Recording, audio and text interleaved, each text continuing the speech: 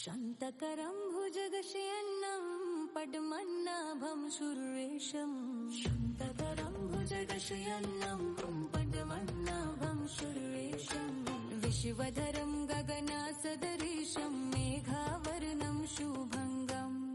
लक्ष्मीकान्तं कमलनयनं योगिभिर्धियनगम्यं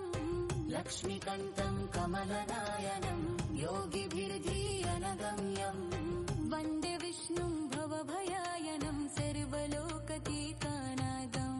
शान्तकरं भुजगशयनं पद्मनाभं सुरेशं शान्तकरं भुजगशयनं पद्मनाभं सुरेशं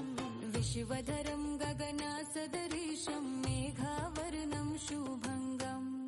लक्ष्मीकान्तं कमलनयनं योगिभिर्धियनगम्यं लक्ष्मीकान्तं कमलनयनं योगिभिर्धियनगम्यं वन्दे विष्णुं भवभयायनं सर्वलोकतीतानादं शान्तकरं भुजगशयनं पद्मनाभं सुरेशं शान्तकरं भुजगशयनं पद्मनाभं सुरेशं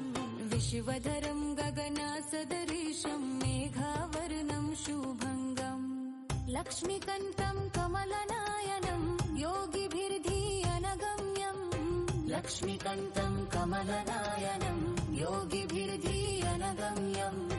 वन्दे विष्णुं भवभयायनं सर्वलोकतीतानादं शान्तकरं भुजगशयनं पद्मनाभं सुरेशं शान्तकरं भुजगशयनं पद्मनाभं सुरेशं विश्वधरं गगनसदृशं